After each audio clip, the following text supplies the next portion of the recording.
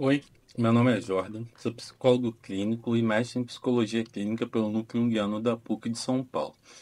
E hoje eu quero falar de uma reflexão que eu tive enquanto assisti X-Men 97, que é sobre a tempestade, o confronto com a sombra e um ânimos negativo, né?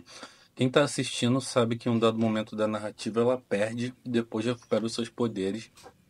E numa perspectiva junguiana, isso tem muito a ver com o confronto com a sombra, né? A criatura que a tempestade acaba enfrentando no desenho chama adversário, né? Ele é uma entidade demoníaca do povo Cheyenne, que é uma tribo indígena do qual o Forge faz parte, né?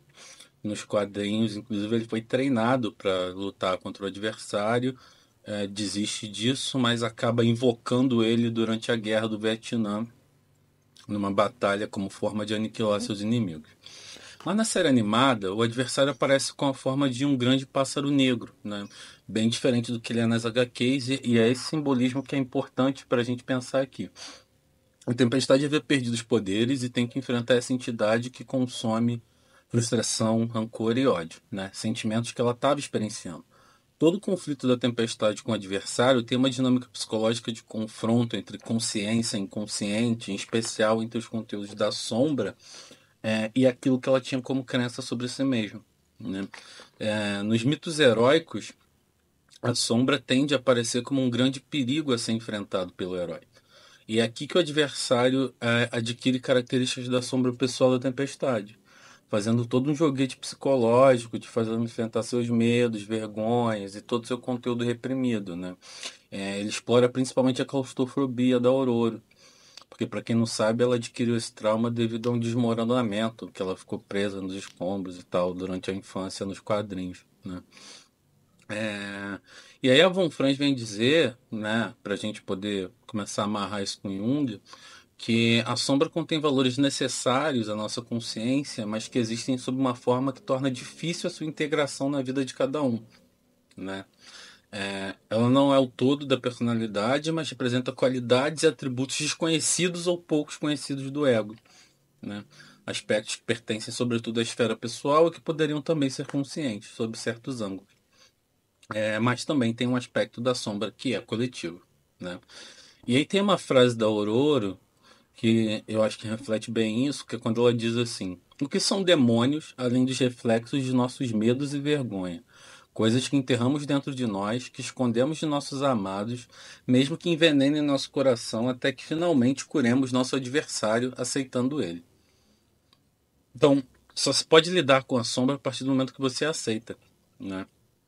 É, é impossível lidar com a sombra quando você nega que ela existe, quando você finge que ela existe, né?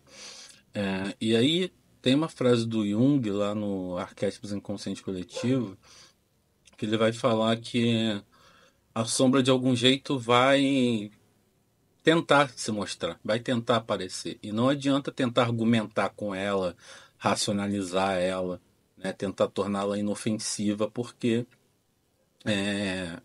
isso não funciona, né? E aí a gente tinha a Tempestade duvidando dos seus poderes e da sua capacidade mutante, e isso foi o que alimentou o adversário. Ela vivia um luto pela perda dos seus poderes, ao mesmo tempo que tentava se conformar com a possibilidade de ser apenas uma humana, e esse conflito neurótico acabou sendo um prato cheio para alimentar essas invasões de conteúdos da sombra, já que o ego dela estava fragilizado, né? E depois de todo o conflito se desenrolar, a Tempestade vence o adversário, não apenas recupera seus poderes, mas se transforma após esse confronto. E aqui tem um ponto simbólico que é muito interessante. Por quê? Antes do confronto com o adversário, o uniforme dela era branco. E depois passa a ser o uniforme negro clássico das HQs, que se forma a partir do inimigo derrotado. E o branco é uma cor associada à consciência, enquanto o preto é comumente associado ao inconsciente e à sombra. Quando a gente tem a passagem de um uniforme branco para um uniforme negro, demonstra uma integração desses elementos de sombra, que antes era uma questão para ela. O que a gente vê é uma aceitação da sombra e, com isso, uma ampliação da consciência, né? Isso me faz pensar num paralelo com o mito de Oxóssi, né? Que só se torna Oxóssi, caçador de uma flecha só, depois de derrotar o grande pássaro negro enviado pelas feiticeiras que estavam ressentidas e invocam esse pássaro gigante para causar transtorno no palácio, né? Na cidade, na verdade, não só no palácio. Assim como na história da tempestade, o pássaro negro representa um aspecto da sombra que recai sobre a coletividade, e vencer o pássaro negro é integrar sua sombra e estar mais perto da integralidade da consciência. A única distinção é que no mito de Oxóssi, o pássaro enviado pelas feiticeiras acaba simbolizando aspectos da ânima para essa integração. E no caso da Aurora, o pássaro representaria o ânimos. Um ânimos que é muito cruel, né? Porque força todas as funções da psique da tempestade como forma de integração desse conteúdo psicológico para que haja uma expansão da consciência, mas sem antes tentar quebrá-la, né? Ele tenta quebrar esse ego de toda forma. Mas assim como Oxóssi, Aurora se torna mais inteira depois desse embate, reassumindo seu status divino como Senhora do Clima e, no fundo, a máquina do Ford havia funcionado para rever os poderes da Aurora. Só que tinha esse limitador na sua realidade psíquica enquanto ela não lidasse com seus próprios demônios e conflitos, né? Ela não poderia ser inteira de novo. E com esse ânimo extremamente castrador, com esse ânimo extremamente nocivo e cruel, né, que faz com que ela reviva seus piores traumas e se confronte com isso a partir dos pensamentos, a partir das intrusões de pensamento, fica muito difícil, né, pensar a tempestade dando conta disso sem poder aceitar, como ela mesma disse, que isso é parte dela, né? Se ela não aceita que essas questões são parte integrante de quem ela de fato é, ela não tem condições de poder realizar esse alargamento da consciência e trabalhar esse ânimos negativo, né?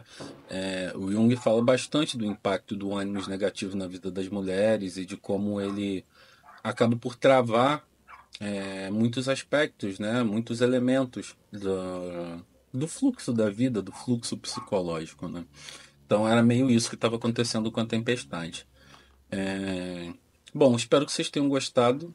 É mais um insight que eu tive, assim, resolvi dividir com vocês aqui no canal. Se gostou, deixa o like, não esquece de se inscrever, de compartilhar se você quiser, se isso daqui faz sentido para você, que isso vai estar me ajudando bastante, tá bom? Muito obrigado.